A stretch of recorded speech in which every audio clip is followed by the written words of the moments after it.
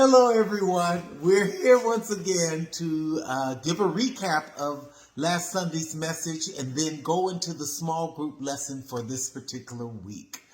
Last Sunday was Hope Happens Here. Okay, I will start. Well, the first thing that we need to know is that God has a plan for each and every last one of us.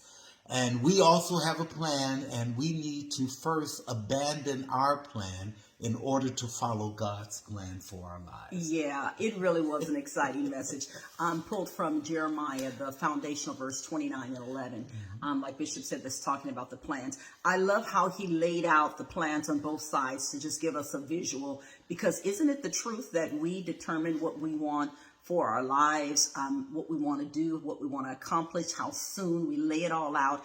And we do so irregardless to what the plans are that God had for our lives. And often we don't even consult him. And so the first point that he talked about is that we need to abandon our plans for God's plans. And so for me, that was just crucial, because a lot of our frustration comes when our plans are not working, and our plans aren't working because they weren't God's plans to begin with. It wasn't that they weren't a good plan. That's right. They just weren't God's plans. Exactly. And we also need to realize that in God's plan, there are certain elements that many times we forget that God has already set the plans up. And the plan is always designed before anything takes place. Yeah. And so we have to trust God in his plan, because he also incorporates many of the roadblocks or the pitfalls that we encounter as we are going through his plan. I think that is amazing, because God will write in, draw in, plan in crisis in our life. Yes. And we think that those are roadblocks and barriers that now will invalidate what we were attempting to do. And God says, no, these are needful issues. They're needful crises that actually is going to prepare and equip you for the next step of the journey. And so this is why I think in the lesson he talked about in the message, even about how crisis, there's hope in the middle of crisis. Yes, it is. Yes. Because God has given us in his plan the end result. We see it all laid out when we consult him. And we know no matter what we're going through, there still is a future for us. Yes, because Jeremiah 29:11 said, I want to give you a hope and a future, or an expected end. There is an expected end for your life. Thank you, Lord. And it's contained in God's plan for you.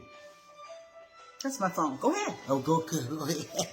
Okay, so our lesson this week is going to come from Hebrews, the 11th chapter, verses 1 through 2. Lady Trena, will you read that for us? Yeah, and it reads as such. Now faith is the substance of things hoped for, the evidence of things not seen. For by it the elders obtained a good report. Yes, this is very powerful, because it starts out with saying now faith. And we were talking about how God's plan is a plan before anything takes place. And so we need to have faith now. And the Word of God does say that he has given to every man a certain level of faith. So you have faith. It's whether or not you know how to implement that faith, or you have the fuel, which is hope, because that's the subject. Hope is the fuel for faith, because faith is the vehicle to take you somewhere. And you need hope in the midst of your faith, because you are going to encounter crises and situations in your life as you're moving to God's expected end. I love that. It's so important. And when you look at the just the relationship between faith and hope, and the Word of God lets us know about faith being the substance of things hoped for. Faith is what kind of makes up, it's that the wow factor of hope, right? And so I thank God for that, because hope is something, and Bishop brought it out beautifully Sunday, that I don't need to hope for something I already have.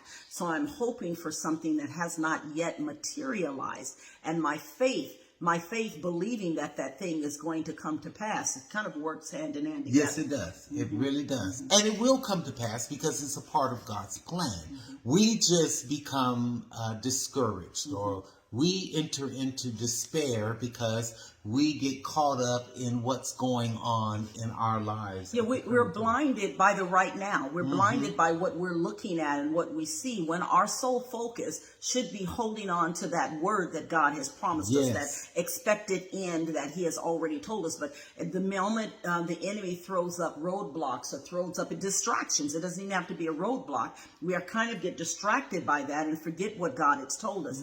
It reminds me almost of the disciples, Peter particularly, when he got out the boat, right? He had already told them he can come, but when he started looking at circumstances around him, he got distracted by that and forgot that he had an expected end, which wasn't to save. That's right. And many times when we're in the midst, I'm not saying that I don't have times where I wonder, am I going to really make it? Am I going to make it this time? But God has already the written plan, and I need to go back to his word and remind myself, because the word that God has said will perform itself in your life, just like it's been performing itself in my life. Yeah, so when you release, because we need to know how to use our faith and the hope that is contained within our faith, is when you release your faith, it's so important that you realize that you have the faith, and in the faith you need to fuel hope in order to keep going and moving, because faith is the vehicle and hope is the fuel that's going to move you towards your expected end. Yeah, and you need that fuel, because I can have a car sitting in my garage that's capable of going long distances, but until I actually put it into practice, operational, get in, start it up, back it out, put it on the road, so it requires some action on my part. I can say I have hope in something, but there is a piece, there's an element that I need to do to exercise that, much like faith. Yes. And so your belief should start at the very beginning. That's the key thing. When God says something, you need to release your faith, grab hold of it, and hold on to that faith and hold on to that hope against hope, in believing that what God has declared over your life shall come to pass. I love that. Hold on to the hope against hope. And it reminds us, we talked about Abraham, right? That's right. Because in I got to read this for you because it's just powerful.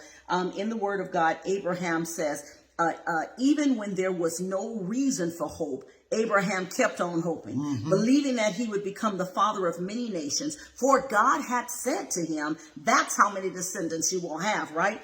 And I love it. One more in the King James Version, it says, who against hope believed in hope. So that means your situation, when it doesn't look like any way possible, no way can possible, happen, my God. right? It doesn't make common sense. Right. Nobody's seen it before. Yes. You know, the doctor said, the lawyer said, the mama said, it don't matter who. It says that who against hope believed in hope, that he might become the father of many nations, according to that which was spoken. So shall thy seed be. My God, glory I to love God. that, man. Thank you, That God. hope again. We want to encourage you all to continue in your hope against all hope. If you got a word from God, you hold on to Hold that on, thing. my No matter God. what it looks like, no matter what it feels like, you've got to fight against despair and hold on to that word, because so shall it be. Yes, it shall be. And God bless you. Have a wonderful discussion with the discussion questions this week. And we will see you this coming Sunday at 9 a.m. at Victory and Praise Church, 2029 East Harding Way, here in the wonderful city of Stockton, California. God We bless. love you all. Yes. Bye-bye.